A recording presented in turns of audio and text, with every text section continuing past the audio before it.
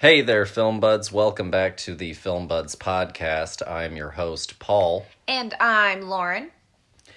And we are continuing this week with our Asian American and Pacific Islander heritage theme. And it's an exciting week that we have in store for y'all. But before we get sort of too deep into the weeds on that, we'll do a little bit of a personal check-in. Dear, how are you? I'm doing well. I don't know. How are you? I'm well.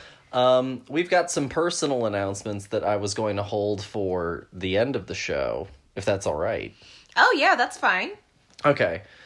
But no, yeah, I always like to check in every once in a while. And, I'm sure the listeners are absolutely, grip to the story of our personal lives. So I thought that I would just run it past you, see how you're doing.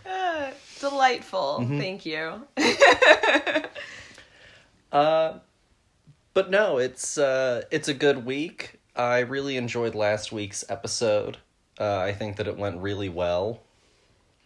Yeah, I had a blast watching The Way of the Dragon. Yes, thank you. I knew that it was Bruce Lee, but the title was gone. Yeah, no. It's a great one, and it certainly is one that, I'm glad that we have on DVD, but I definitely would like to get an upgraded version of it, because it's a lot of fun. So last week we did cover, as we just mentioned, Bruce Lee, The Way of the Dragon, sort of one of the major international movie stars that also, directed the movie that he starred in, which is still a rare thing, especially the bigger that the movies get. Yeah. So we went with Bruce Lee last week. This week, we're continuing our theme, of recognizing the history and contributions of API people in America. And last week we covered some of that history. This week we're going to cover a little bit of a different history. Oh, exciting. Different. And I found like a little fun gem. And on top of that, we also are kind of looking at two family dramas this week. Yes. And the first one that we're going to be looking at is 1993's The Joy Luck Club, which is a breakaway book that went from like book to movie pretty quickly, and we'll talk about that. And the original film Minari. So it's family dramas, but we're also looking at very different time periods. Minari was 2021. So we're looking at, separated by a lot of time. We're looking at different cultural backgrounds, different perspectives, different locations and regionalities. I feel like I saw somewhere in like a synopsis for Minari that it's supposed to be the 80s. It is, yes. Okay, but the movie itself, yes, was made in 2020. Instead of this movie, Joy Luck Club, that is set in 1993 and made in 1993. Yeah. And so it's sort of an interesting look at two ways of telling the family drama storyline, and so it's a fun little episode. And before we get too deep into it, I do how do you feel about like the family drama genre overall? I guess I don't know. It's fine. It's like a music genre that you don't like. If it comes on and you like a few songs, but for the most part, you could just be like, I mean, if it could just like not exist, and I'd be like, oh no. I'm not really a big fan, I guess, of like dramas in general, in the sense of like, especially like this. Like, I don't think I had like family drama growing up, really. So just like watching a bunch of other people's drama just seems like, I don't know. like, I can't really connect with it. It's a foreign concept for you. Yeah, yeah, I didn't have, like, terrible teenage years, and I didn't hate my mother, you know? So, like, a lot of the things that, these movies tend to, like, touch on as touch points for, it just, you know, they're not really for me. Not saying anything bad, I guess, about the genre or the people who like the genre, or who identify. But you don't really connect in as easily to other genres. Or you connect to other genres easier than you do to this. Yes. Is more what I meant. Yes. It's just, it's kind of like, I don't know, like mob movies for me. It's like, they're fine. Yeah. You understand why some of them are masterpieces. But other than that, like, this, it's kind of like how I felt, I guess, about The English Patient, where I was like, it's a really beautiful movie, but, like... It's really interesting. I like a lot of the stuff here. Okay. It's a romance. It's a romance movie. You know, that's kind of... Yeah, it's a big, epic romance. Yeah. Yeah. So yeah, I guess I think that it's funny that we kind of accidentally fell into two family drama movies, this week. Did you do this on purpose? A little bit, yeah. Oh, well, I didn't know that. I had no idea about either of these movies. You've been doing research about these things while I'm just sitting away working on people's 401ks. Delightful. But I think that everything that you said is pretty fair for me. It's not really a genre that I run to. If I'm going to go personal drama, family drama usually isn't one that I'm going to go to either, because if I'm going to personal drama, usually I'm going to something, you know, sort of unique and niche, is something uniquely wrong in that person's perspective or world or something like that, you know, like a 50-50 thing, a young cancer diagnosis. Mm-hmm. Personal drama. I'm not really typically drawn to, you know, August Osage County kind of stuff. Yeah. No, I get you. I don't dislike it, and I think that the ones that are really well done, like you kind of said, are very, very well done, but also I'm kind of in the same camp of you. It's not a genre that I go, oh, there's a new version of this coming out. I have to go and see this. I love this kind of genre, whatever it is. I think that that's how the marketing department for Christmas movies feel. There's like, everybody wants another Christmas movie. They're begging for them. We got to give them 50 options. You know, really just, the demand is high for Christmas movies. No, absolutely.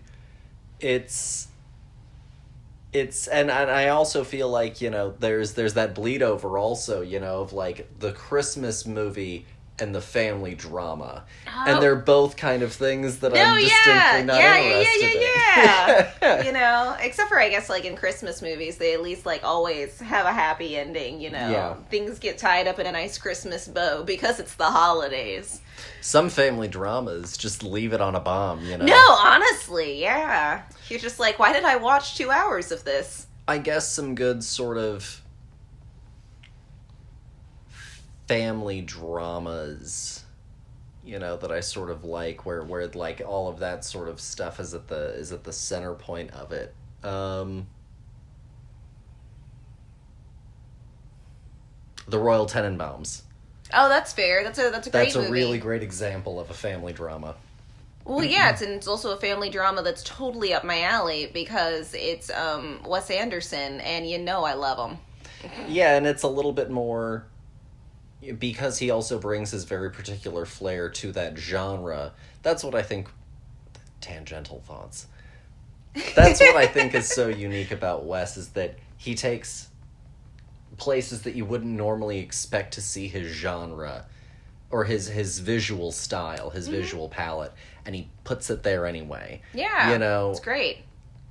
But that's also why, like, you know, the family drama works there is because of, you know, it's got its own artistic flair slapped on it, instead of, you know, a lot of family dramas that are like almost like little mini soap operas, you know. No, yeah, you know, so many of them have that that melodrama, This Is Us kind of. Yeah, exactly. And I'm not really here for it. I don't need it. It's not for me. I mean, drama is interesting to hear about, but like, I don't really want to be like bombarded with somebody else's drama for like 2.5 hours. That's a lot. Wow. You search family drama, you get a really weird hodgepodge of brave. You get a really it's really it's all over the place. Well, I really enjoy that the Hannah Montana movie is there. Thank goodness. I thought that they would have forgotten about it.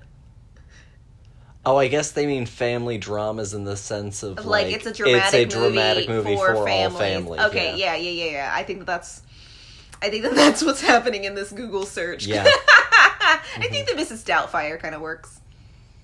It's a family drama. It's a dad dressing in drag to, Yeah, that's the thing. I think, as always, you have to have that unique element. What makes it more than just all of the typical tropes? Exactly. But I think that's how I feel also about Christmas movies as well. Yeah, and I guess that argument, of course, could be applied to any genre. I mean, this is very, not, I suppose, revelatory. I mean, I guess you're fair, but, not every genre is for every person. No, that's also very true. And I think that it's easier to find unique perspectives in certain genres than it is others. Well, yeah, because I think that some genres do tend to pigeonhole themselves more than others. Absolutely. You lean on the tropes. You made that Hallmark movie for cheap, and you did.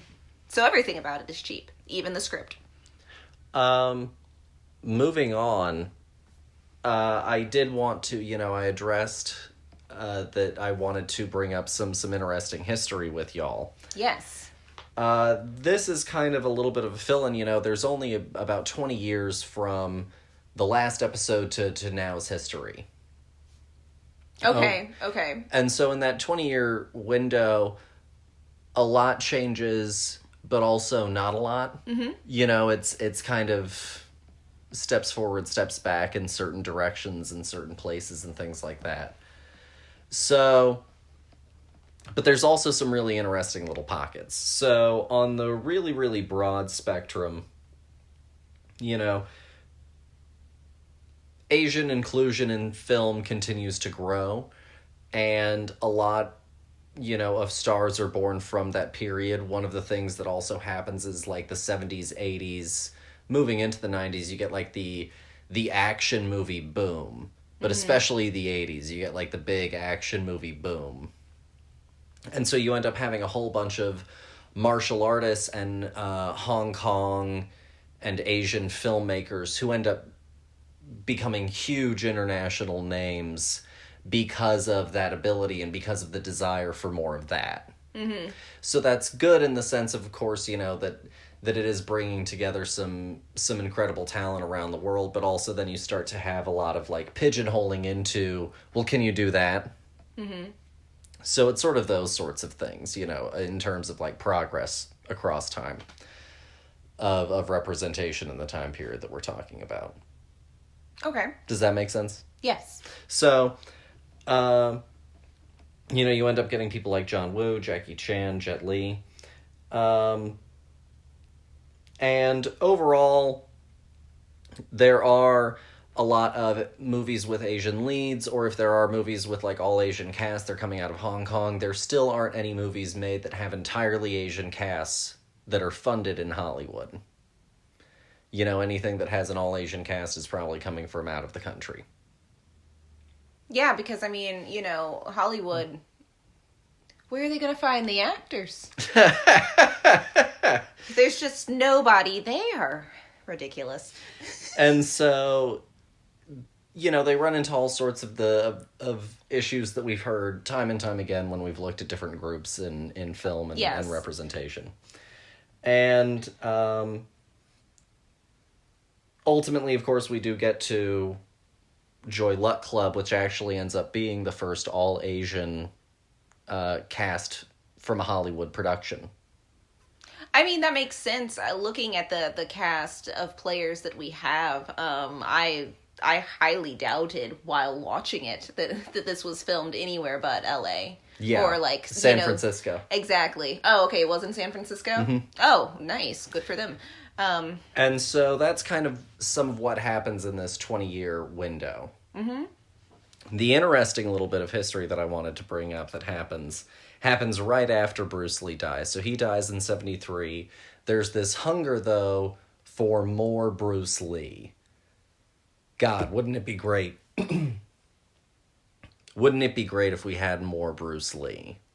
And so this whole genre ends up cropping up of these schlocky B-movie sort of copycat movies of martial arts films out of Hong Kong and Thailand and certain other places. And they're called Bruceploitation films. Oh my god. Because they go and they start looking for guys that look enough like Bruce at certain angles and in the wig. Crying. And they throw him in there. And, you know, they call them Leah-likes. Oh! Is the term for it now. It's too much. Oh my gosh. I think the names for them is the part that's really killing me. It's the Leah-likes. I think that really just tickled the funny bone there. So that's kind of so like a lot of those end up getting made also throughout this time. And South Korea also ends up making them as well. And yeah, they're just these like cheap schlocky martial arts film where they think they can put someone on there that looks like enough like Bruce Lee. Oh my gosh. Yes, please. They're not even... It's what they had before deep fakes. Exactly. They knew what they were doing. You know, they knew exactly that this is what you wanted. They were going to give it to you. You know, everybody can be happy right now. And I guess this kind of hints that this appetite existed. Yeah. You know what I mean? They made a whole genre out of it. If enough of... So many countries were involved. It wasn't like just a few studios were doing this. Like, or just one studio was still really... trying to look at them try. Like, no, everybody was like, this thing is working. Let's milk this cash cow. Get that money. Oh, that was great. What was the first word again? The Bruceploitation. Like blaxploitation. Bruceploitation. Yeah. I want to see it written down. Perfect. Oh my gosh, you have it written down. It's in so many letters. Delightful. So that's a little bit of some stuff that I wanted to throw out there. I also wanted to throw out some background on our author, because Joy Luck Club is an adaptation. Yes. I wanted to throw out some information on our author, Amy Tan. Mm-hmm. Amy Tan was born February 19th, 1952 in Oakland, California. She grew up in the San Francisco Bay Area and lived in a dozen houses across several years leading up to like her high school years. A dozen? Wow, that's a lot. Yeah. She loses her father and brother at the age of 15. Oof. Her mother ends up becoming sort of like a life is too short, what if people miss out on life kind of person. And she decides that the family needs to go on a trip, and so she takes herself, and her younger brother to Switzerland. And they end up spending a protracted... They go to Europe across multiple places, but they end up landing at large in Switzerland. Mm-hmm. And while there, she ends up almost eloping and involved in a drug bust. Wow! She attends multiple universities and ends up graduating and leaving school with a BA in English and an MA in linguistics. She starts working in business in 1983, and then she starts writing fiction in 1985. Okay. All of her early works are little shorts that are published in literary magazines and that sort of thing. And she starts getting published in 86. Okay. And from there, she finds an agent. She publishes some of these, like, sort of little short vignette stories and has this idea of maybe doing more with them. Goes on a trip in 1987 to China with her mother and comes back to multiple offers to take some of her shorts and add more and make the Joy Luck Club novel. She writes the novel, and it's published in 1989. Okay. It ends up being a bit of a sort of surprise bestseller, and spends 40 weeks or more, or a little bit over 40 weeks at atop the New York Times bestseller list. Wow.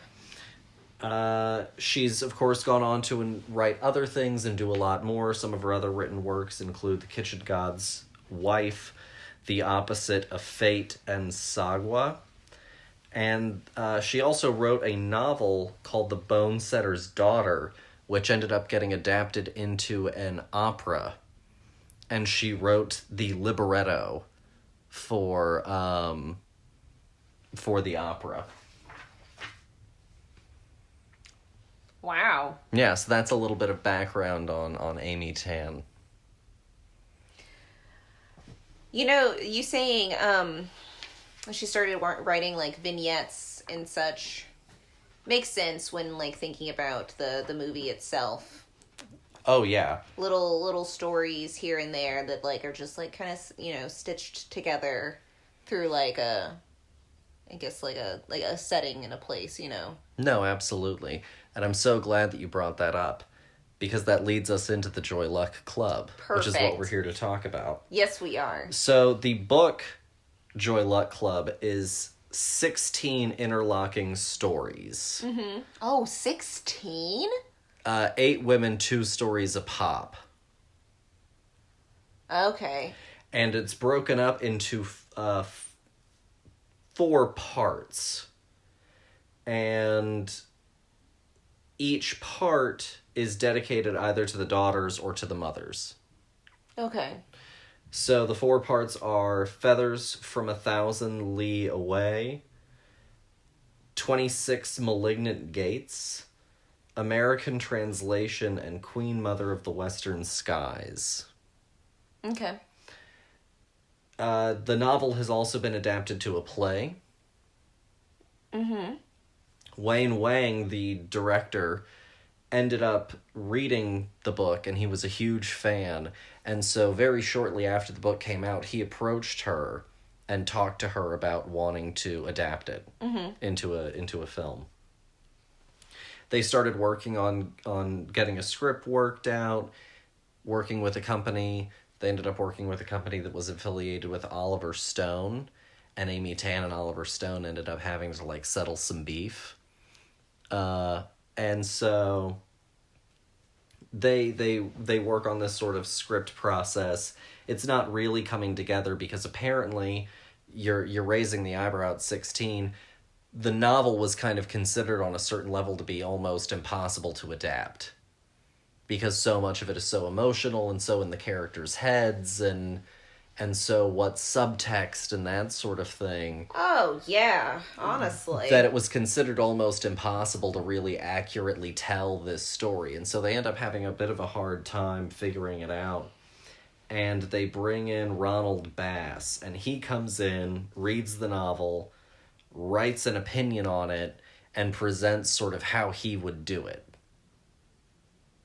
And they end up taking his ideas on board, and then Ronald Bass and Amy Tan end up writing the final draft of the script. Okay. It ends up getting... the things that he implements are the farewell party that ends up structuring, like, the last half of the movie. The, like, farewell party for June. And he added in all of the narration. Mm-hmm. To help shorten distance between emotional events and things like that. Interesting. And so It's, like I said, the first major Hollywood production with an entirely Asian cast. They get to work on making the movie. They're looking for people to pick it up and work with it. And they end up coming in contact with Disney at the time through one of the Disney subsidiaries, but Disney nonetheless. Mm-hmm. And Disney goes completely on board with it. And they sign on to it. They give it full creative control. And actually, Janet Yang, who was working on the film at the time and getting Disney to sign on, said of Disney's acquisition of Joy Luck Club at the time, quote, "We were surprised at first, but in retrospect it makes sense. Joy Luck Club fit with Disney's agenda, taking a chance on low-budget projects not dependent on star power." Wow. Remember when that was Disney's agenda? I do remember that. Yeah. I feel like that's the entire Disney Channel. And so I really enjoyed going back and finding hard evidence of how much the mindset Has shifted. Ridiculous. And filming began in October 92 and ended in March of 93. And it was released September 8th, 1993. Wow. It has a runtime of 2 hours, 19 minutes. It is directed by Wayne Wang, who is kind of a standout Asian American filmmaker as well. He's one of the big ones. It is written by, like I said, Ronald Bass and Amy Tan. It stars Q Chin as Siwon, Sai Chin as Lindo, France Nguyen as Ying Ying, Lisa Liu as An Mei, Ming Na Wen as June, Tamlin Tomita as Waverly, Rosalind Chow as Rose, and Lauren Tom as Lena. And the plot is the life histories of 4 East Asian women and their daughters reflect and guide each other. So, dear, what did you think of the Joy Luck Club? Were you familiar with the movie at all? Were you familiar with the book? So, the name sounds vaguely familiar. Echoed somewhere in the distance. Yeah, exactly. But, showed up on a reading list somewhere. Yeah, or something that maybe my mom mentioned one time. Maybe she did as a book club thing. Yeah, something like that. But I had no idea about this very vast history of the making of it or any of that. I'd never heard of this book before, and I didn't know that it was a movie. And sure as hell did not know then what it was going to be about. Could I have guessed that it was going to be about 4 East Asian women and their daughters? No, not at all. I don't know. I guess maybe if I had to guess just by the name of it, Joy Luck Club.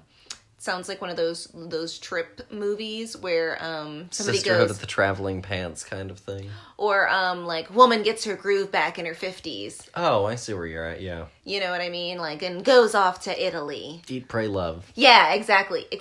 Yeah, that's what I was thinking that this was going to be like. So It's not. It's in not case at all. anyone is curious. If it's anything at all like Eat, Pray, Love, it's not. It's not like that at all. And boy howdy, we ran into this one and I was like, wow, this movie is kind of depressing. And not in a bad way. I think that they do a lot of the drama really well, but this movie is dramatic and there's just no two bones about it.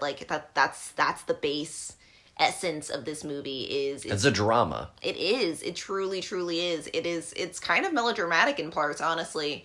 Or not in a bad way, not in an obnoxious actual soap opera kind of way, but in a very everything is heightened.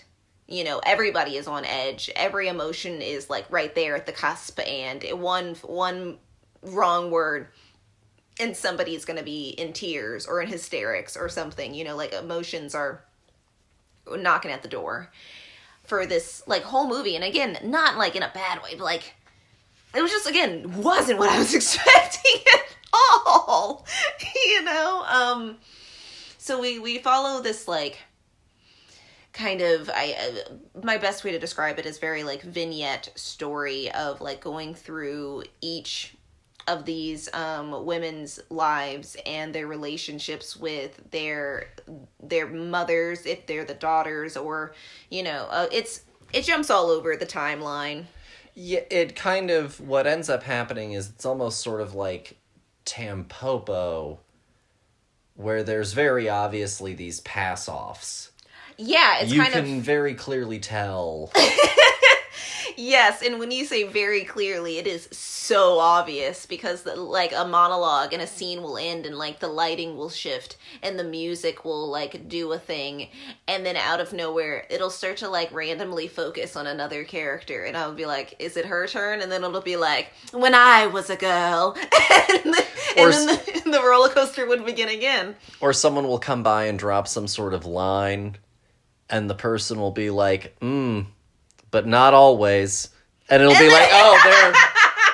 There it is. It's right there. It's them. It's that vague answer, we're about to figure out what's behind it, And like, I guess for me, I feel like there were too many storylines. There was so much information to hold on to, and you would spend like, 15, 20 minutes on a storyline just for like that not to really matter. It would like give you more information about the person themselves, but like, and like kind of how we got to this point, I guess. But like, I just don't understand how literally 4 different family units can almost be exactly the same in like the way that they're broken down, I guess. Like the very basis, like mother was a bad mother because she had a bad childhood and raised her child to be different than that. But then they ended up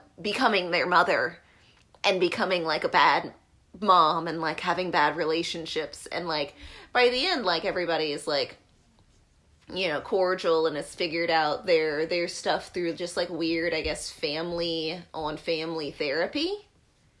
It's like, what if therapy was just something that you got from a good cry with your mom?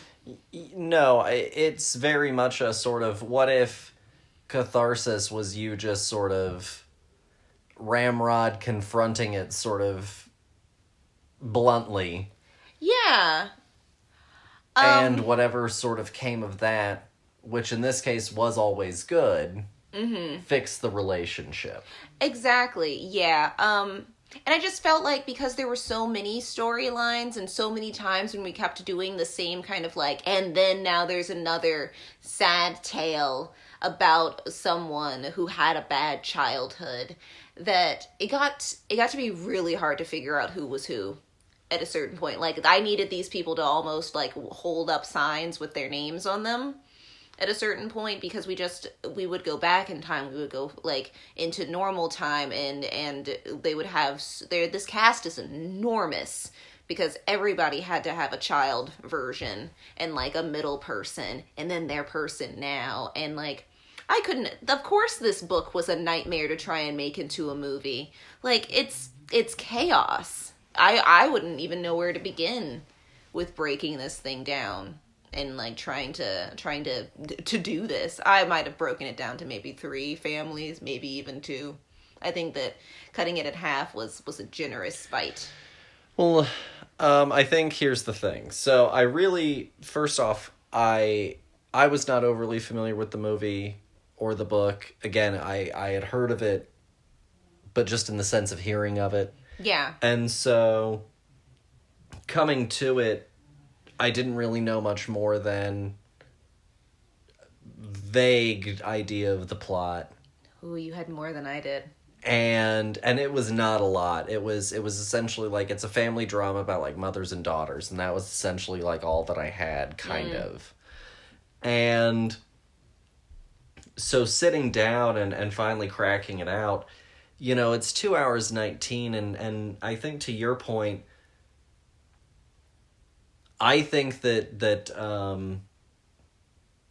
Bass came in, and when he read that thing, he was like, it is undoable, you know. And I think that his idea was, if I can tie it to this central location in the present, then I can connect what's happening at this point of the movie to the opening story of the movie. Mm-hmm. And kind of make that an easier piggyback transition sort of move off, because it's all of them reuniting at this one time and going through all of the stuff that recently happened in the daughters' lives that brought them to here.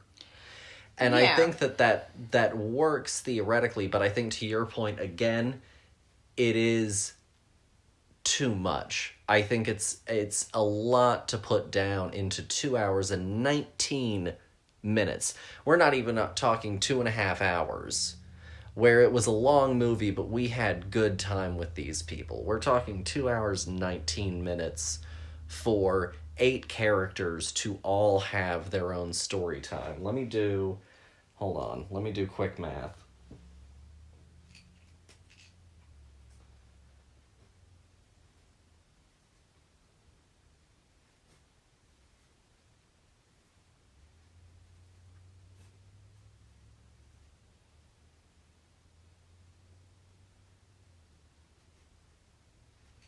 It's like 17 minutes and some change. Well, that's what I was saying. Like, Yeah. everybody gets like 20 minutes. I was And just kind of so- like rounding. It's, to your point, it's lightning fast to set up a person's life, the circumstance of why it's bad now, and resolve it for all of them in 17 minutes. And I could have gotten rid of a lot of like the drama that was happening in the present, with June's whole storyline. I could have gotten rid of all of that and like saved myself a lot of like time, because after watching it, I think that it's a nice ending, but I also like, we could have found a different way to put a bow on this. No, we could have found a different way, but also I think what I was going to say was, I think that you needed to either do one of two things. I think you either needed to commit to it being like, you know, a TV show, and maybe that wasn't an option at the time, or wasn't something they were interested in at the time. But I think that it could have either been, I think that it could work better as a TV show, where you get like an episode a person. Yeah, you get like a whole hour with a person. Mm-hmm. Or even if you just give them 30 to 45 minutes, that's nice and neat, you know? Whereas I think if you're going to do a movie, I think you need to kind of find some story beats. You need to look across the board at all of them and go, what do I think are the most important emotional beats for this through line that's underpinning this party idea? Mm-hmm.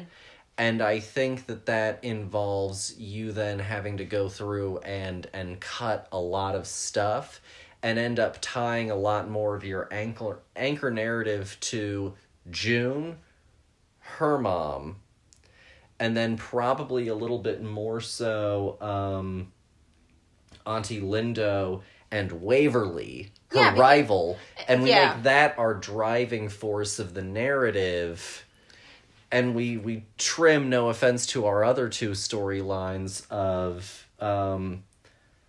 Rose and Lena and Ying Ying and An Mei, and we trim some of those, and we focus in more on this core 4 women. No, yeah, because like, I think that everybody's life was like just tragic for it just didn't feel, I guess, like, some things, like, I totally understood, like, what they were trying to do, but to your point, I think that it would have been more effective in, like, a longer format, like a TV show, you know, everybody getting an episode, or, like, every mother-daughter pair getting an episode together, so that way we can go through both of their backstories, and then go into, you know, their recent history, and, like, get to resolve that bow, and then we get to the dinner party that could be like the last episode, where everybody is finally like shed off their baggage and can have a good time. Or even every episode opens and closes with the dinner party.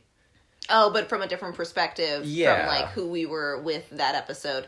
No, I like that as well. I think that, but I also think that, to your point, like, for the movie's sake, I do agree that like June and Waverly and their mothers were like the main focus. The rivalry of the mom who started the group, June's mom, And her best Lindo, friend. her best friend, and how they had this constant one-upsmanship, and then the daughters, and how the woman who started it and who was the head of the group, the leader of the group, really, you know, on a certain level, you know, her daughter is now this kind of awkward, doesn't know what she's doing with her life, really hasn't figured everything out yet person. Was you doing know. freelance before it was cool. And Waverly is ultra put together and throwing June a bone, and you know, has kind of is more domineering, but also really isn't necessarily any more in control of anything than June actually is. No, yeah, and then we could have like pushed the other two to like having just like smaller bites. I think that like I mean I really enjoyed oh gosh, which sister is it? Was it Rose? The one who had the failing marriage. Yes. I really enjoyed her storyline. I thought that because it didn't start out, I guess, exactly like my mother wanted me to be perfect, so I mastered this one thing, and I was the best at it. Like all of Waverly's especially is literally that. Oh yeah, it was just, my goodness. And then there was June, who was like, my mother wanted me to be perfect, so I said no.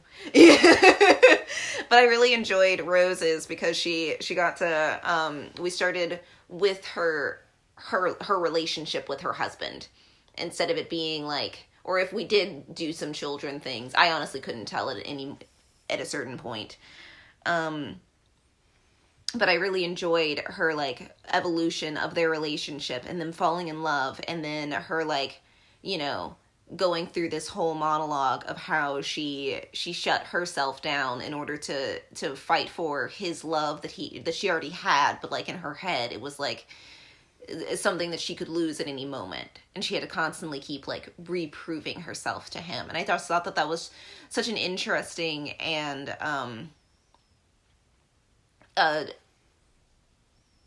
just a touching like perspective as well, because like by the time she comes to realizing what is going wrong, like she knows that it was never him. Yeah.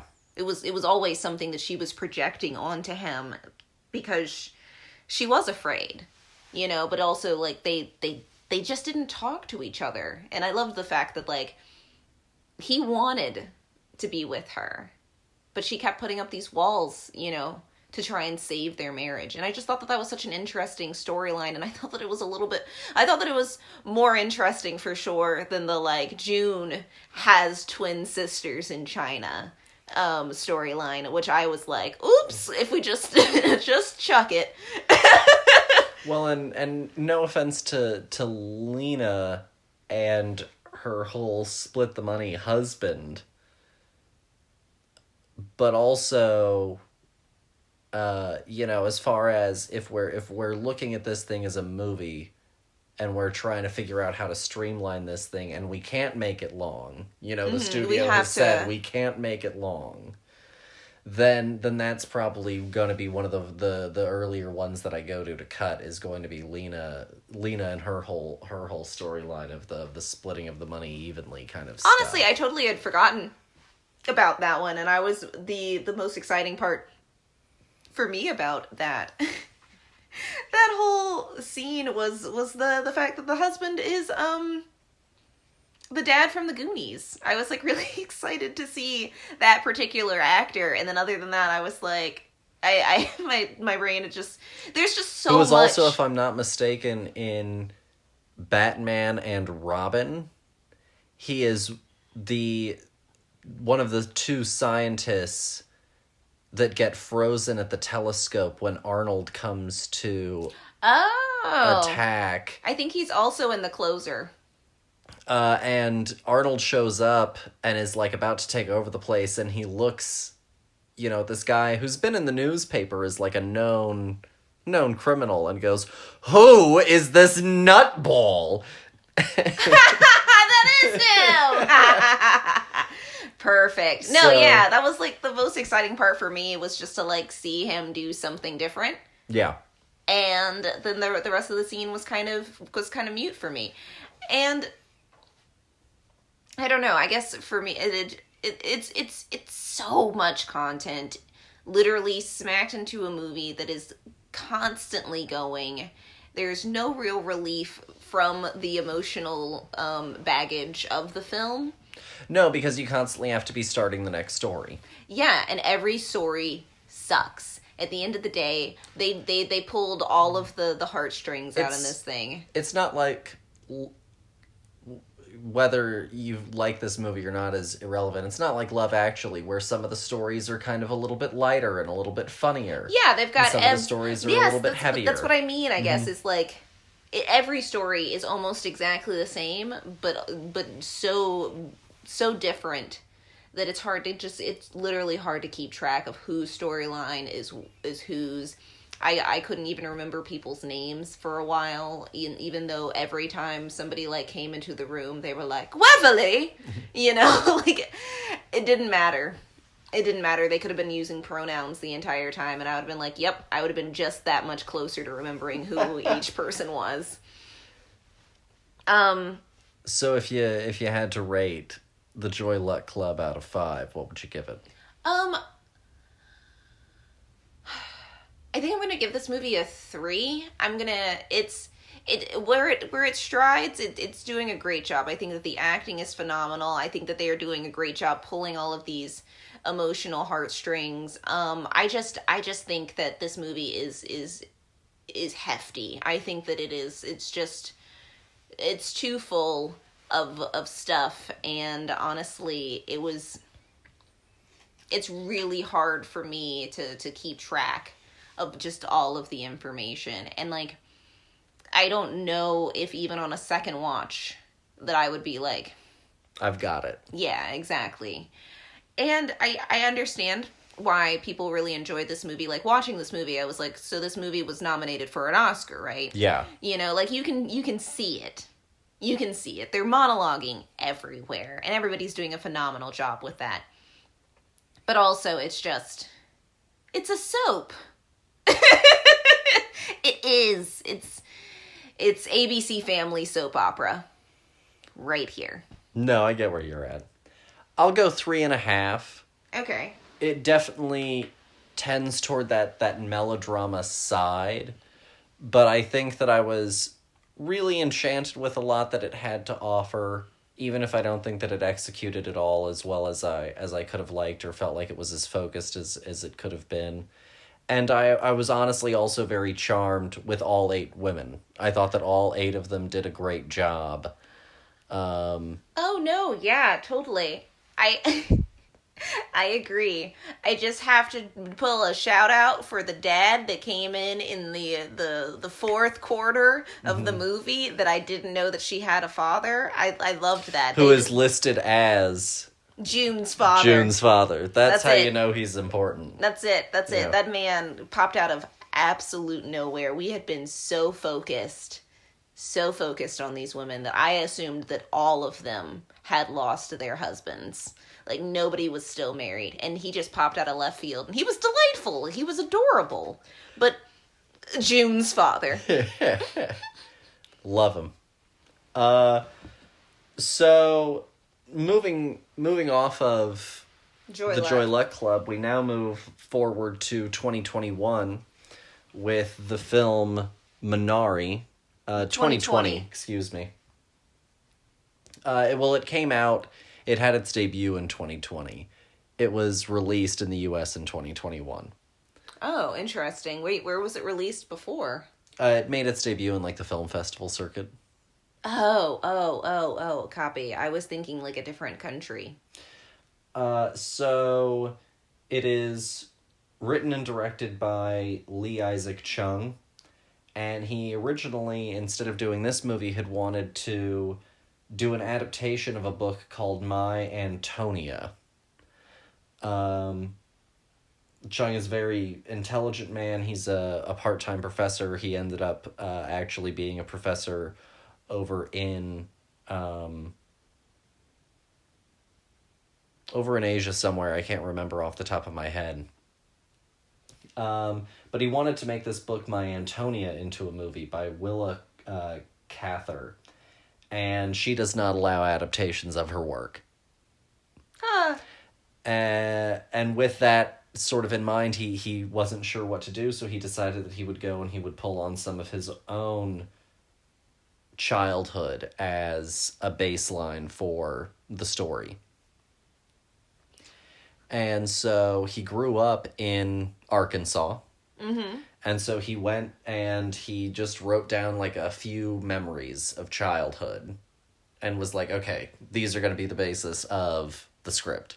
Mm-hmm. And sort of stitched those together, and he used some of the writing style of the author that he was wanting to adapt in sort of constructing the story, as well as Dostoevsky. And he wrote it in English. He had it translated into Korean, and it was picked up for production in 2019. And he did this over a few years. It was picked up in 2019. It was filmed in Tulsa, Oklahoma for 25 days in July of that year. Wow. It was released in the U.S. February 12th, 2021. Has a runtime of 1 hour, 55 minutes. It is written and directed by Lee Isaac Chung. It stars Noel Cho as Anne, Yuri Han as Monica, Alan S. Kim as David, Will Patton as Paul, Stephen Yun as Jacob, and Yun Yu Jung as Sunja. And the plot is a Korean family starts a farm in 1980s Arkansas. And I guess since you started on the last one, I'll take this one away. I'll start us off. This was one that I was very interested in. Mm-hmm.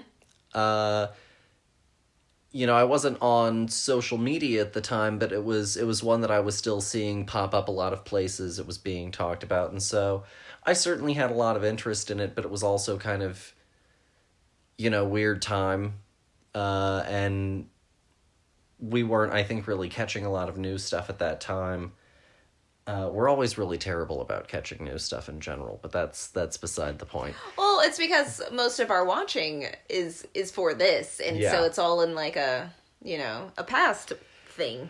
And so we ended up not catching it, and I was definitely, sort of disappointed about it, and it's been one that I've been wanting to circle back to, but just, haven't had the time.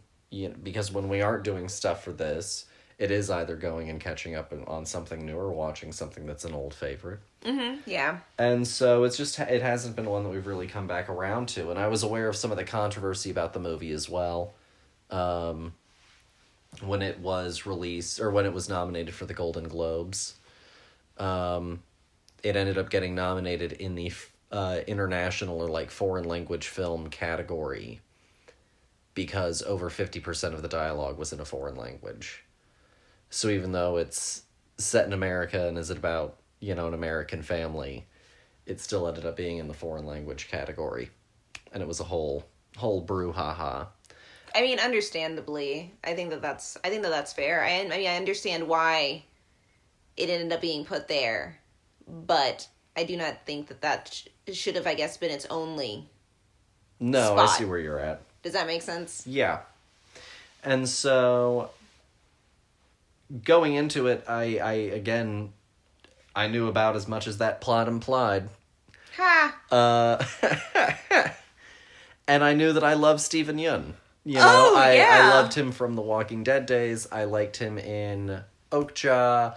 I enjoy his random little appearance in I Think You Should Leave. Oh, I love him and I Think You Should Leave. And so I think that he's a great actor. I think that he's a really, really underutilized talent, and so I was really excited to see him in this, especially, you know, really getting a role that he got to just take full control of and be center stage with. Mm-hmm. Just full bite. And, you know, this is the polar opposite of a movie from the Joy Luck Club, as far as, like, they're in the same genre, but they're not the same fucking movie. Oh my god. Yeah, no, it's truly, like, night and day, when it comes to, like... No narration. One story the whole time. Painfully focused in on it, you know? Yeah, almost like... Unflinching. It's almost slow compared. Yeah. Like, you're snail pacing and along in this story, not in a bad way at all, but, like, compared to the Joy Luck Club where we were speed skating the whole time. No, because you're constantly restarting the story, it never feels as slow, whereas here they allow you to really sit in some of these, like, just quiet moments of being a farmer or being a family. Yeah, and the fact that they're so secluded where they are, it leans into it almost like in, like, Nomad Land. Yeah. Where, you know, you're just following one story, one group of people that are so spread out from society. You know, it really felt like they were kind of on their own island, and there's nothing but kind of painstaking silence at some points within that, you know. No, and I absolutely. think that this did a great job at making that feel real for the audience as well. No, for sure. And, you know, the movie doesn't have, even though all the dialogue is in Korean for the most part, other than a few instances in English, there also just in general really isn't terribly much talking. And our characters certainly really only, like, communicate when absolutely necessary. And even then, they sometimes don't really... There's a lot of subtext in this movie. There's a lot of stuff not being said by members of this family about certain things and about certain ways that they're feeling. And so, again, kind of also like Joy Luck Club, where everything was a little bit more direct in its emotions. There's a lot of ambiguity also in this. Because certain people are very withdrawn. And we have no narration. Yeah. You know, we have nothing telling us what's going on inside of all of their heads. We're really having to sit there and figure out how we feel about what Jacob's doing. Whether or not we agree with his decision about this farm. And his commitment to this farm. And what he considers, like, his American dream and what his cost for that is. No, yeah, for sure. I again had really never heard of this movie before. I know that you had talked about it, and, like, I do vaguely remember you mentioning that, like, Stephen Yeun was in a movie, but, like, other than that, I had never, like, looked up this movie before to, like, look at any of its content beforehand. So again, it was kind of just like all right, here we go. It's called this. What's it about? We'll find out. And I was very pleasantly surprised by how smooth this movie feels, almost. Like, it really feels, like, worn, almost, I guess, comfortable. I enjoyed the fact that this movie was about a couple who were not born in the United States, had very, you know, limited English, depending on, I guess, who the person was. I think that his English was probably better than hers. But I think that it never felt inauthentic, if that makes sense. And I really enjoyed that about it. It felt like I was watching a Korean family in normal circumstances, you know, communicate and be bilingual. together as a family unit. Well, and I think that's also stemming from the fact that he did choose to, and he talks about the fact that it's personal enough that he felt uncomfortable telling his parents about the movie until he had already shot it. That's so interesting. And I, when you were talking about the fact that he had pulled memories from his childhood to put into this, I instantly had way more questions about the film. It answered a lot of how, I guess, it felt so natural. You know, it works really well. And I was curious, I guess, to know like which parts were exactly like his memories, and I'm assuming that it's the parts that are circled the most around David, you know, because I feel like if this is a story about his childhood, then the only child that I can pull that from is our really like our focused child, which is David. You know, Anne is just the older sibling, kind of for the most part in this movie. He's our beating heart. Oh my god, you've done figured it out. You've done figured out this whole movie. I love it. I loved Grandma. Yeah. Grandma was so funny. Well, and the actor had a lot of say in the grandma part. Oh, perfect. She was absolutely fantastic. I loved the fact that like David had to share a room with his grandma who he's never met before, who lived in Korea, and like what that implied for him in his like what would you say, like an 8-year-old brain? Oh, maybe. You know, he might have been 6. Like I just a smaller child, you know. I felt like maybe Anne was 12.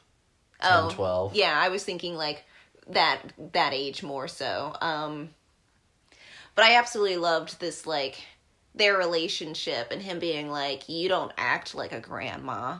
And she's like, oh, how does a grandma act? And the fact that she's like teaching these kids how to basically play poker, you know? Yeah. It's just absolutely fantastic. And she's over here calling them bastards as she puts her cards down, you know? It's absolutely just wonderful. And I just really enjoyed the thinking about this being Monica's mother and like how different she was from her mother, but like how also like she wanted her to come as like almost like a symbol of home. And this movie was just so lived in and so comfortable, and I really felt like a fly on the wall on real you know, on a real family drama that isn't like over amped in the how crazy can we get category. You know, nobody dies in this. You know what I mean? But there were times it's very somber. Mm-hmm. The stakes are the same. Yeah. In a lot of these stories, right? Like in some of the stories with like Rose and things like that, what was at stake was herself, her marriage, etc.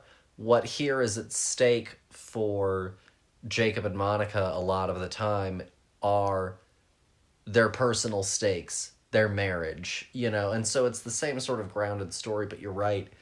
The most dramatic event that happens in the entire movie happens in the literal, like, last few minutes of the whole movie. Oh, yeah. And honestly, like, and no one dies. Yeah, no one dies. That the Joy Luck Club starts where someone is dead. There's you know? There's more on-screen violence and character death in Concrete Cowboy than there is here. And Concrete Cowboy is another pretty quiet, pretty slow movie. It's also a family drama. Yeah. I really, also, like, I guess because I'm so used to watching him in the Walking Dead, I had no idea that Steven Yeun, like, spoke Korean.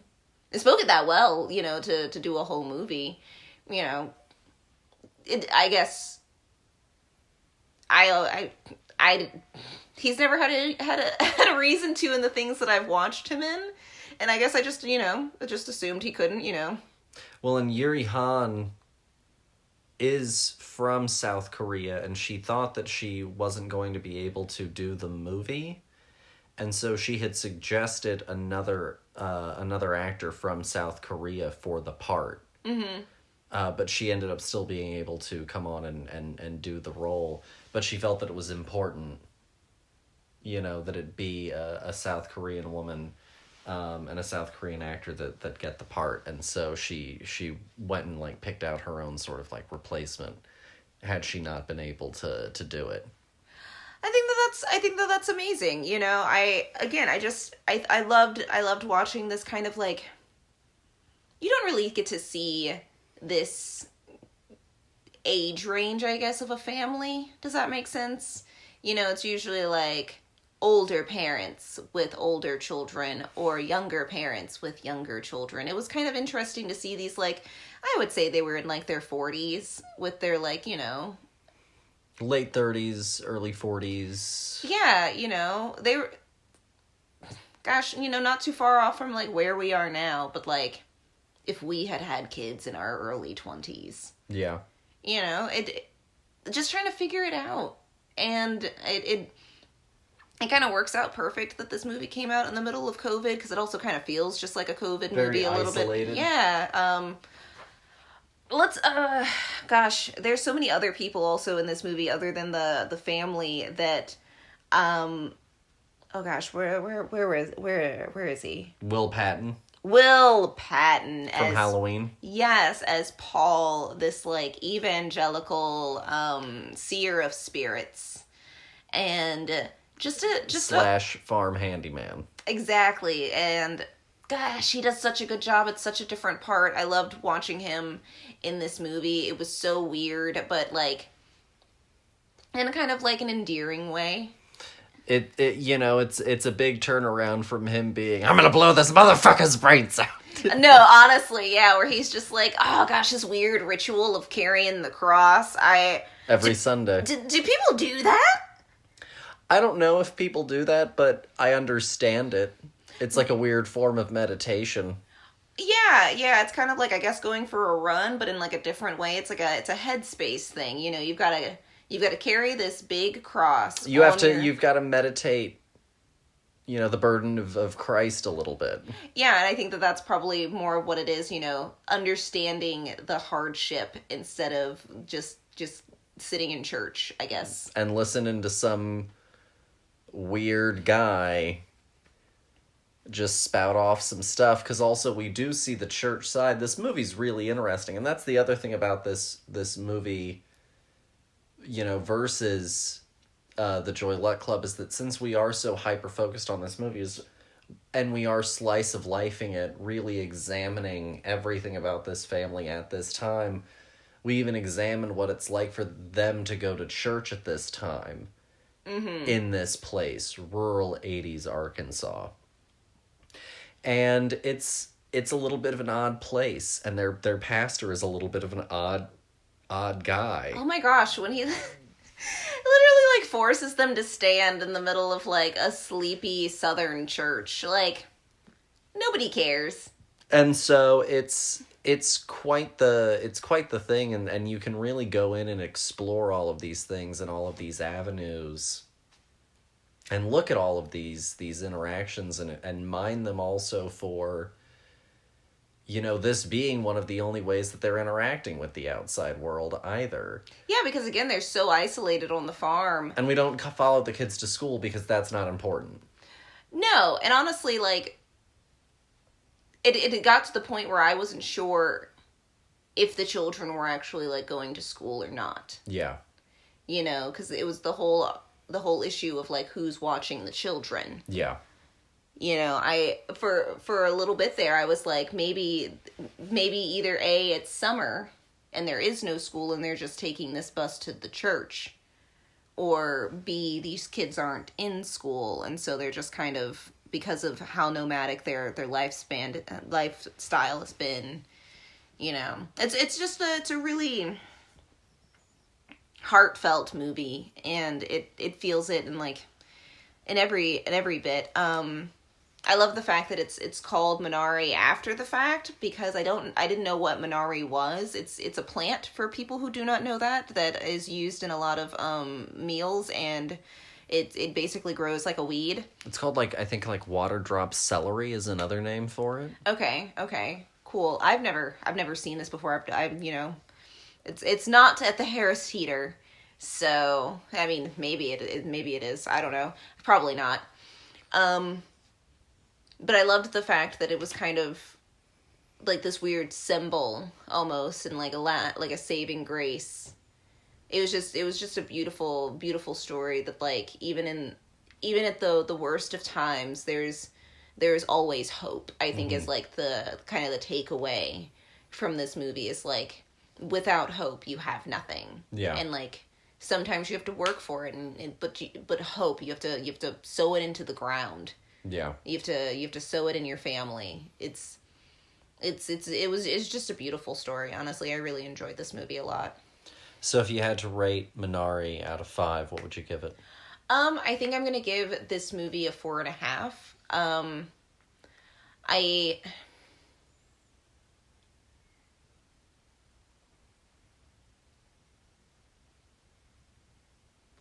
I think that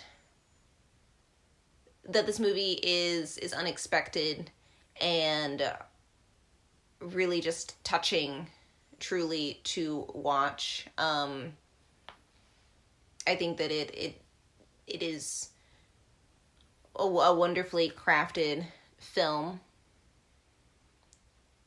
And honestly, like, I don't even know why I took the half star off. I've been trying to, like, wrap my head around why I said 4.5 now. I mean, you can change it. You know what? I think that I will. I think this movie is a delightfully perfect film. It's a perfect representation for me of, like, what this genre is. I was completely, engrossed in this movie the entire time. I had no idea where it was going to go. I had no idea what the story had in for me. And that's with all the movies that we watch, it's always nice to kind of go blind for a little bit and to just watch a film. No, for sure. I'll go a 5 as well. I was very impressed with the movie. I thought that it was, to your point, incredibly well done. And I really don't have a lot of anything bad really to say about it. I mean, it is sometimes, it feels, like we said, longer sometimes. Mm-hmm. But I think that that's absolutely intentional. I don't think that he's necessarily trying to make something that feels like a fun romp, an easy watch. I'm not sure that he's trying to make something hard, but he's also not trying to make something that is forgettable. Yeah. And playing with time and making the audience sit with it can also make them sit with emotions and feelings and thoughts for a little bit, and so I think that it works. And I really enjoyed the movie a lot. I thought that the entire cast did great, and so I was really pleased with it. No, yeah. I thought that I would be really distracted by it being Steven Yeun and him being literally the main character, like, of the film. He's the dad. He's the one making the farm. But it was so nice to, like, get to see this, obviously, this very talented actor, like, just get to play for a little bit. Yeah. Just to get to act the shit out of this. No, I completely agree. I guess that just about wraps us up. To close out the show, we'll, of course, usually talk about what we talk about, what we're watching. Mm-hmm. I've watched 42. Last week you had watched it. Yes. This week I watched 42. It is a great movie. And everyone does really do a tremendous job. We also recently watched Drag Me to Hell, which is just it's a fucking batshit banana balls. It's a Sam Raimi movie through and through. And if you don't know, Sam Raimi, he did Spider-Man, he did the original Evil Dead films, and he is just he has a lot of flair, and a lot of visual flair. And he's a really, really unique storyteller and filmmaker. And he's a guy who is willing to live in camp and melodrama as authentically as he wants to. Oh, yeah, but also, like, that's the whole play of it. The whole thing is supposed to be, like, hyper aware of itself almost in a certain extent. Yeah. No, absolutely crazy ride. It kind of reminded me a little bit of Everything Everywhere All at Once, but, like, if instead of it being from the perspective of the person on the other side of the table, like, it's the perspective of the person working. Yeah.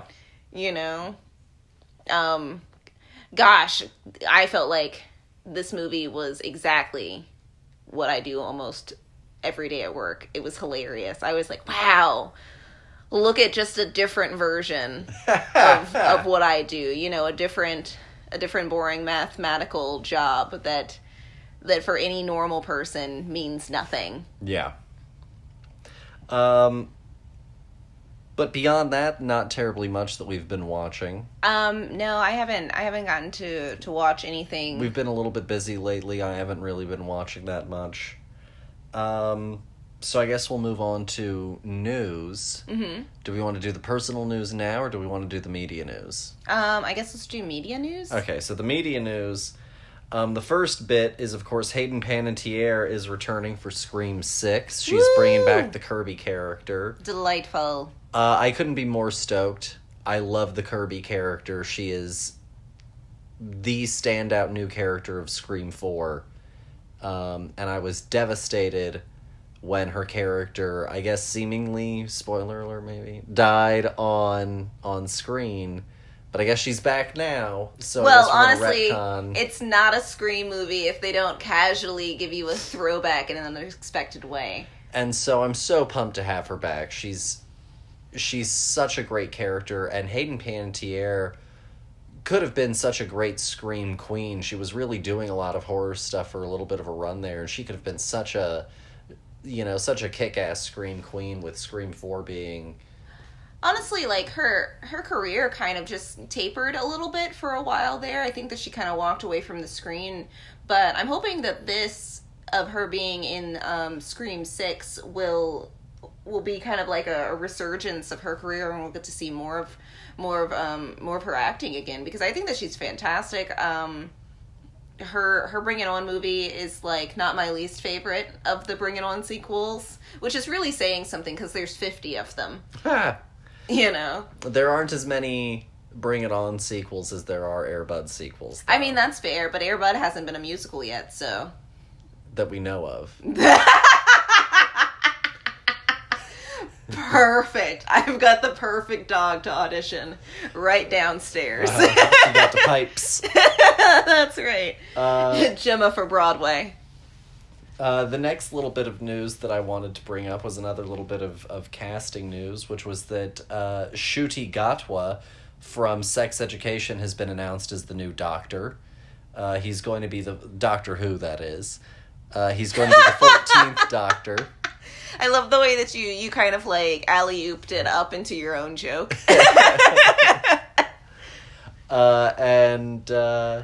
He's a younger Doctor, more in line with, like, a Matt Smith, in his 30s kind of thing. Mm-hmm. I don't watch Doctor Who. I'm one of those people who's always like, that's an interesting Doctor, maybe I'll watch. And then never does. And then never do it.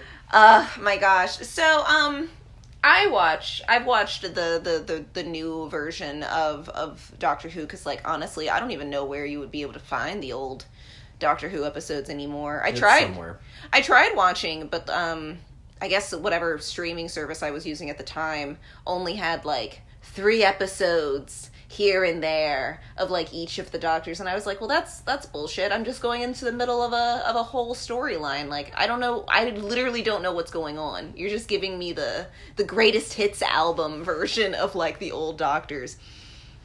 So I've watched all of them. I kind of dropped off on this last Doctor. Just because I haven't, we just, We just haven't done it. we just haven't watched them, and Yeah. so I probably watched like half of her run. But this is exciting. This is exciting news. This is a first, obviously, for Doctor Who to ever have a black gay man being the Doctor. It's a first. It's a lot of firsts here. I mean, I don't know. I guess about the sexuality thing. I don't know the sexuality of some of those past Doctors, and maybe they didn't either. I love that. I don't know. This show started in the 60s. But no, this is I'm curious to see how he brings like his own personal flair kind of to the Doctor, because each Doctor has their look. Mm-hmm. And so I'm curious to see, especially with these photos that I'm seeing right now with like bleached blonde hair and like this fun open cut suit and stuff. Like I'm curious to see I'm here for the fashion. But I think that it's also going to be a lot of fun, and it usually always is. So I'll give them a go, just like the rest of us, I guess. No, for sure. I'll save my last little fun bit of casting news for the last piece of media news. Okay. The next thing that I wanted to bring up was they dropped the new trailer for Westworld Season 4. Ooh, exciting. I've watched it. It doesn't give a lot, and we are not going to the apocalypse, it appears, that they promised at the end of the last one. Season 3 sort of ended with that cliffhanger jump forward in time, and we aren't there yet. Okay, well maybe we'll work our way there by the end of the season. So, but Aaron Paul's back. Sorry, I didn't think he was going to come back. I thought that character's story was kind of done, but no, he's yeah, coming back. it did feel that way. I mean, they didn't obviously write him out as much as they did. Oh gosh, what's her name? Tandy Newton. No, the main chick. Evan Rachel Wood. Evan Rachel Wood. Thank you. I knew She's, I think, back. Really? Because they made her Tessa Thompson at the end of the last one. That's right. Is Tessa Thompson coming back? Yeah. Oh wow, I thought that she had officially become too famous for Westworld. Ed Harris, of course. Oh, perfect. So it looks. It didn't give a lot. It's a typical teaser, especially for Westworld. It doesn't give a lot. Yeah, I mean, the show itself, you really can't be defined by a teaser alone. No. But I'm looking forward to it. We'll have to give that a watch. Yes. The last piece of news that I wanted to bring up, which broke today, just before we were recording, they have added another cast member to Dune Part 2. Okay. So, there's the main people that we saw in Dune answer to the Emperor, right? The Harkonnen and also the God, I'm blanking on... It's fine. The other ones. All answer to the Emperor. Mm-hmm. They've cast the Emperor. Amazing. Christopher Walken. Oh my god! Oh my god! Oh, it's gonna be perfect. Yeah. I just want to listen to his voice the entire time. I'm gonna close my eyes. I don't know what he's gonna do. We've never seen... We haven't seen in a Chris while. Walken really do something like this in a minute. This is...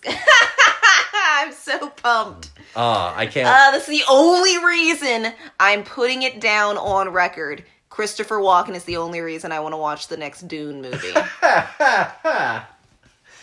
That's it. That's it right there. He's the Emperor, so... He is the Emperor. I knew it was going to be something fantastic. I thought that you were going to tell me it was going to be like Jeff Goldblum or something, which would, again, also be fantastic. It's almost as good. It is. Gosh, the next, I think, best for Christopher Walken would have been, for me, Willem Dafoe. I would have been like, sign me up for some Willem Dafoe. No, that's fair. Always sign up for Willem. Always. Willem. So that's our last bit of media news. Do we want to do personal news and then we'll let our dear listeners go? So as far as personal news, I work beyond Film Buds. I put a lot of work into Film Buds, but I also, of course, work beyond Film Buds. And I recently got hired on. I'm not going to tell you about like the job itself. It's money and tax and that sort of thing. So it's dreadfully uninteresting. But I'm going to go and get started on a new job, and it's going to be beginning at the end of this month. It might mean that June only has one movie a week, just until I really start to get, comfortable with the job and transition into it. Mm-hmm. But I'm still obviously going to keep doing the show.